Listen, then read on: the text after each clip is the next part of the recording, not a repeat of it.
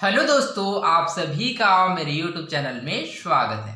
आज हम पढ़ेंगे अध्याय 1 जीवों का विकास का लेक्चर 7, जिसमें आज का हमारा टॉपिक है चयन और विकास, सिलेक्शन एंड इवोल्यूशन। ओके, तो इस टॉपिक में आगे बढ़ने से पहले चलिए हम लोग कल का जो क्वेश्चन है उसके आंसर के बारे में डिस्कस कर लेते हैं, फिर इस टॉपिक में हम लोग आगे बढ़ेंगे।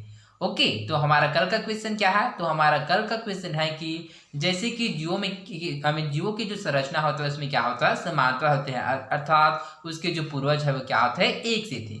तो क्या इन सभी के कार्य एक हैं? यदि नहीं तो ऐसा क्यों हुआ होगा? ओके, तो हमको क्वेश्चन पूछा गया है कि यदि जीवों की संरचना में समानता है अर्थात उसका जो पूर्वज है वह एक है, मतलब एक से थे, तो क्या इन सभी के कार्य एक हैं? यदि इसके कार्य एक नहीं है तो ऐसा क्यों हुआ होगा? ओके, तो चलिए इस क्वेश्चन का आंसर समझते हैं। ओके, जैसे कि मैंने आप लोगों को जीवों का विकास अर्थात इवोल्यूशन का जो डिफिनेशन है उसमें बताया था कि जीवों का विकास किसे कहता है। तो जीवों का विकास किसे कहते हैं? तो जीवों का समय के अनुसार क्या होता है, बदलाव होता है, उसी को क्या बोलते हैं, जीवों का विकास, अर्थात जीवों का समय के अनुसार बदलाव को ही जीवों का विकास या इवोल्यूशन कहते हैं। ओके, तो ऐसे जीव जिनकी संरचना एक जैसी है, यानी इनके पूर्वज एक से थे, क्या इन सभी के कार्य एक है? तो इन सभी के कार्य एक नहीं है।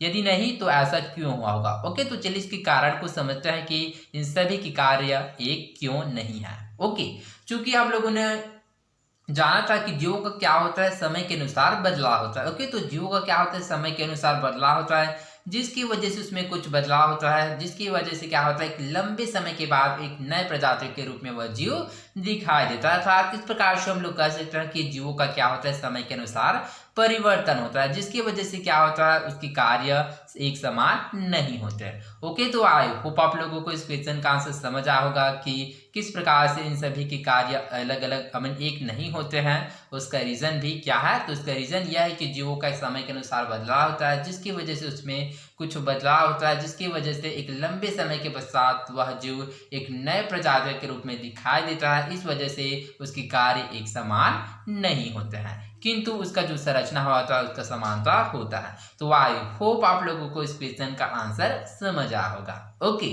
तो बिना देर किए चलिए बढ़ते हैं हमारे आज के टॉपिक में। हमारा आज का टॉपिक है चयन और विकास, सिलेक्शन एंड इवोल्यूशन। ओके, तो जैसे कि हम लोगों ने विकास अर्थात जीवों का विकास के बारे में जाना था कि विकास किसे कहते हैं। तो जैसे कि आप लोग विकास की बात करें तो क्या होता है, किसी भी चीज क्या समय के अनुसार बदलाव को क्या बोलते हैं, विकास कहते हैं। ओके, और जीवों का विकास किसे कहते हैं, जीवों का विकास या इवोल्यूशन किसे कहते हैं? तो जीवों का समय के अनुसार बदलाव को ही जीवों का विकास या इवोल्यूशन कहते हैं। ओके, अब चलिए चयन अर्थात सिलेक्शन के बारे में समझते हैं कि चयन क्या होता है। ओके, तो चयन क्या होता है? तो यह प्रकृति द्वारा स्वतः चलने वाली प्रक्रिया होता है, जिसके कारण जीवों का विकास होता है। ओके, तो चयन किसे कहते हैं? तो जो आप लोग याद रखिएगा, चयन यह प्रकृति द्वारा स्वतः चलने वाली प्रक्रिया है। स्वतः अर्थात अपने आप चलने वाली एक प्रक्रिया है, जिसके कारण जीवों का विकास होता है। ओके, उसे ही चयन या सिलेक्शन कहते हैं। ओके, तो जैसे कि इसको एग्जाम्पल के द्वारा समझे, तो चलिए इसको एग्जाम्पल के द्वारा समझते हैं। ओके, जैसे कि हम लोगों ने आर्madillo के बारे में पढ़ा है। ओके, तो हम लोगों ने आर्madillo के बारे में क्या है, इसके बारे में जाना था कि आर्madillo आर्madillo ओके, तो चलिए आर्madillo की उदाहरण के द्वारा इसको समझते हैं कि चयन किसे कहते हैं। तो जैसे कि हम लोगों ने आर्madillo में देखा था कि जो पुराने समय के जो आर्madillo थे वो क्या थे, काफी बड़े थे, एवं जैसे कि हम लोगों ने आधुनिक समय के आर्madillo देखा तो क्या बहुत ही छोटे थे। अर्थात इस प्रकार से हम लोग इस प्रकार से हम लोग कह सकते हैं कि जैसे जैसे समय बीतता गया उस आर्madillo में क्या हुआ, बदलाव आता गया, जिसकी वजह से एक लंबे समय के पश्चात उस आर्madillo काफी छोटे हो गए एवं उसमें क्या होता है, उसकी एक नई प्रजाति के रूप में दिखाया गया था। इस प्रकार से हम लोग चयन के द्वारा समझ सकते हैं कि चयन किसे कहते हैं। तो यह प्रकृति द्वारा स्वतः चलने वाली प्रक्रिया है, जिसके कारण जीवों का विकास होता है। ओके, तो जैसे कि पुराने समय के आर्madillo काफी बड़े थे, प्रकृति में क्या हुआ, स्वतः परिवर्तन होते गया, तो इस प्रकार से जो नया जीव बना वो क्या है, वह छोटा आर्madillo, अर्थात इस प्रकार से जीवों का क्या होता है, विकास होता है। तो आई होप आप लोगों को चयन समझ आया होगा। ओके, बीगल का सफर खत्म हुआ तो डार्विन इंग्लैंड लौटकर अपने अध्ययन का विवरण तैयार करने लगे। ओके, तो जब बीगल का सफर खत्म हुआ तो क्या है, डार्विन इंग्लैंड लौटकर जो अपने अध्ययन किया है उसका विवरण को तैयार करने लगे। उनके दिमाग में उन दिनों चल रहे कृत्रिम चयन आर्टिफिशियल सिलेक्शन यानी मनुष्य द्वारा अपनी इच्छा अनुसार लक्षणों का चयन कर जानवर और पौधे की अलग अलग प्रजाति तैयार किए जाने की बात है।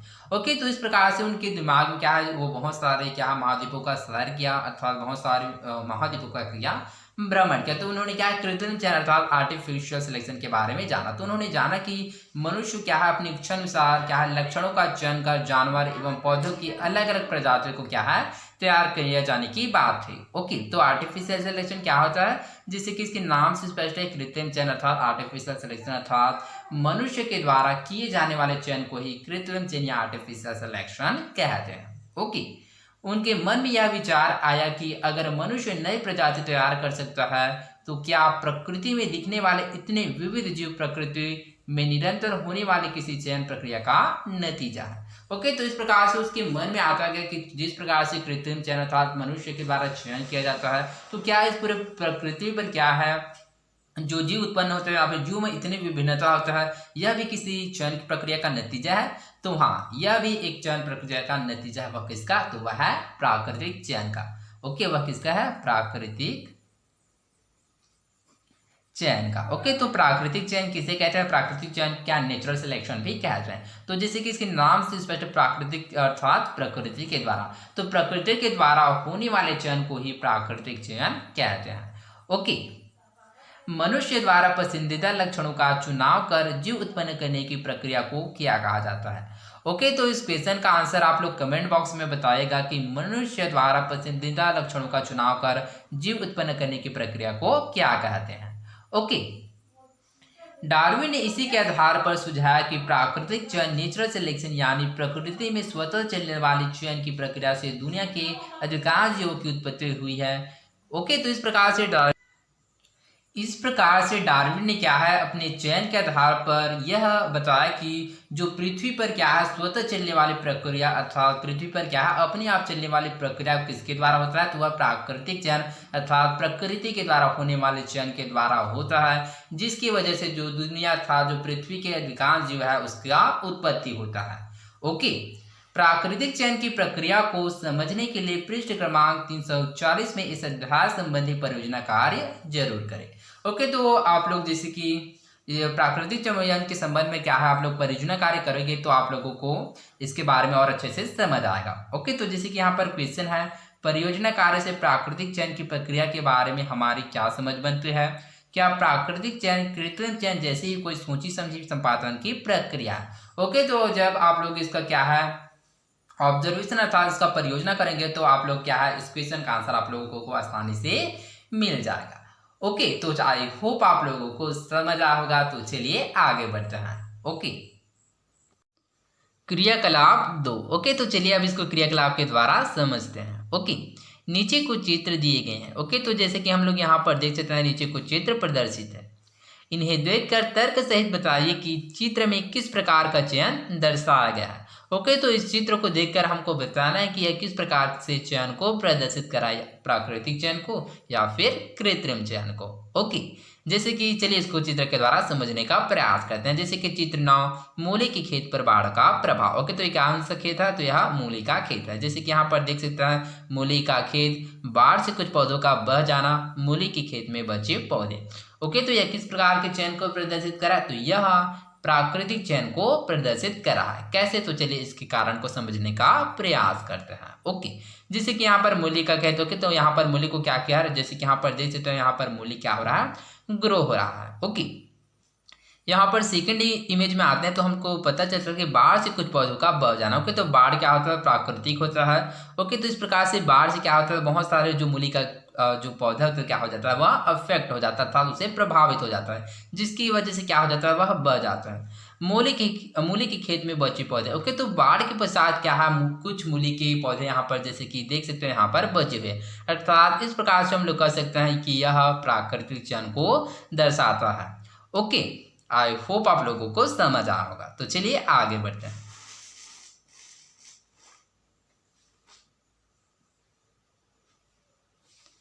क्या आप जानते हैं यह कृत्रिम चयन का ही नतीजा है कि आज धान, गेहूं इत्यादि के हजारों किस्में पाए जाते हैं।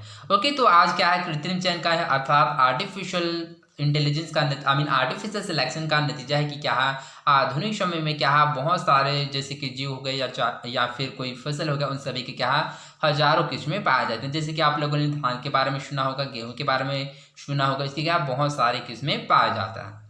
सब्जियों में भी कई किस्में और प्रजातियां मनुष्य द्वारा चयन का नतीजा है। ठीक इसी प्रकार क्या सब्जियों में भी क्या इसकी किस्में पाया जाता है। ठीक इसी प्रकार क्या है मनुष्य के द्वारा क्या बहुत सारे प्रजातियों का भी क्या है इसका चयन किया जाता है। तो इस प्रकार से जीवों में भी क्या है एवं सब्जियों में भी बहुत सारे इसके क्या होता है कृत्रिम चयन के द्वारा इसका प्रजातियां पाया जाता है। ओके, जैसे कि यहाँ पर चित्र में प्रदर्शित है सरसों की प्रजातियां मनुष्य द्वारा सब्जियों की खाए जाने वाले भाग। ओके, तो यहाँ पर जैसे कि यहाँ पर देख सकते हैं सरसों की ये प्रजातियों को क्या प्रदर्शित कर रहा है। ओके, जो कि मनुष्य के द्वारा क्या है सब्जियों की खाने वाले जो मनुष्य के द्वारा सब्जियों की खाए जाने वाले भाग को प्रदर्शित कर रहा है। तो चलिए देखते हैं कि इसमें मनुष्य क्या है इन जितने भी क्या है पौधे उसके किस किस भाग का क्या उपयोग करते हैं अपने भोजन के लिए। जैसे कि यहाँ पर नवल गोल है, नवल गोल का तना का उपयोग करता है, मूली की जड़ को उपयोग करते हैं भोजन के लिए। ठीक इसी प्रकार ब्रोकली का पुष्पकलिका एवं तना का उपयोग करते हैं। जैसे कि आप लोग देख सकते हैं ब्रोकली का किसका उपयोग करते हैं तो वह पुष्पकलिका एवं तना को। ठीक इसी प्रकार सरसों के पास सर्वपर्णकलिका का उपयोग करते हैं। पास सर्वपर्णकलिका अर्थात पास या निकट रहने वाला जो कलिका है उसी को। जैसे कि यहाँ पर देख सकते हैं सरसों की पास सर्वपर्णकलिका को ही उपयोग करते हैं। पत्ता गोभी का पर्णकलिका का उपयोग करता है, पत्ता गोभी के अर्थात पत्ता का उपयोग करता है। ठीक इसी प्रकार फूल गोभी का पुष्पकलिका अर्थात फूल गोभी का क्या पुष्पकलिका को उपयोग करता है। अर्थात इस प्रकार से इन सभी पौधे का क्या है इसका उपयोग भोजन के लिए करता है। ओके, डार्विन की बीगल यात्रा की लगभग 20 साल बाद एक और वैज्ञानिक इंग्लैंड से अमेरिका तथा इस्राइल द्वीपों तक बीगल जैसे खोजी यात्रा में निकले थे। ओके, तो जिस प्रकार से डार्विन ने क्या है पूरे महाद्वीपों का विस्तार किया था और बहुत सारे क्या है ऑब्जर्वेशन अर्थात अवलोकन किया। ओके, तो इसी प्रकार से क्या है डार्विन की बीगल यात्रा के लगभग 20 साल बाद क्या है एक और वैज्ञानिक ने क्या है इस भ्रमण को क्या है इसके बारे में ऑब्जर्वेशन करने के लिए निकले। अर्थात वैज्ञानिक इंग्लैंड से अमेरिका तथा इस्राइल द्वीपों तक बीगल जैसी खोजी यात्रा में निकले थे। जिस प्रकार से क्या डार्विन ने बहुत सारे महाद्वीपों का विस्तार किया, ठीक उसी प्रकार से ऑब्जर्वेशन करने के लिए एक और वैज्ञानिक इंग्लैंड से अमेरिका होते हुए बहुत सारे जैसे कि इस्राइल द्वीपों तक बीगल जैसी खोज यात्रा में निकले। ओके, यह अल्फ्रेड डसेल वेलेस थे। वो कौन थे तो यह अल्फ्रेड डसेल वेलेस थे। मुख्य रूप से तितलियों और कुछ स्तनधारी जीवों का अध्ययन किया और डार्विन जैसे निष्कर्ष पर पहुंचे। ओके, तो अल्फ्रेड डसेल वेलेस ने मुख्य रूप से कहा तितली और स्तनधारी जीवों का अध्ययन किया और ठीक इसी प्रकार डार्विन जैसे निष्कर्ष पर पहुंचे। सुझाया कि प्रजातियां पूर्ववर्ती प्रजातियों से ही उत्पन्न होती है और इस प्रकार से उन्होंने सुझाया कि अर्थात इस प्रकार से उन्होंने बताया कि जो प्रजाति होता है अर्थात किसी भी जीव की प्रजाति होता है वह पूर्ववर्ती अर्थात पहले से स्थित प्रजातियों से ही उत्पन्न होता है। ओके, तो आई होप आप लोगों को समझ आया होगा। ओके, तो आप लोग इसमें याद रखिएगा कृत्रिम चयन एवं प्राकृतिक चयन। ओके, तो कृत्रिम चयन एवं प्राकृतिक चयन किसे कहता है तो कृत्रिम चयन अर्थात आर्टिफिशियल सिलेक्शन में क्या होता है तो मनुष्य के द्वारा किए जाने वाले चयन को कृत्रिम चयन या आर्टिफिशियल सिलेक्शन कहते हैं और नेचुरल सिलेक्शन या प्राकृतिक चयन किसे कहते हैं तो प्रकृति के द्वारा होने वाले चयन को ही प्राकृतिक चयन या नेचुरल सिलेक्शन कहते हैं। ओके, तो आई होप आप लोगों को समझ आया होगा। तो आज के लिए बस इतना ही, मिलते हैं अगले वीडियो में। धन्यवाद।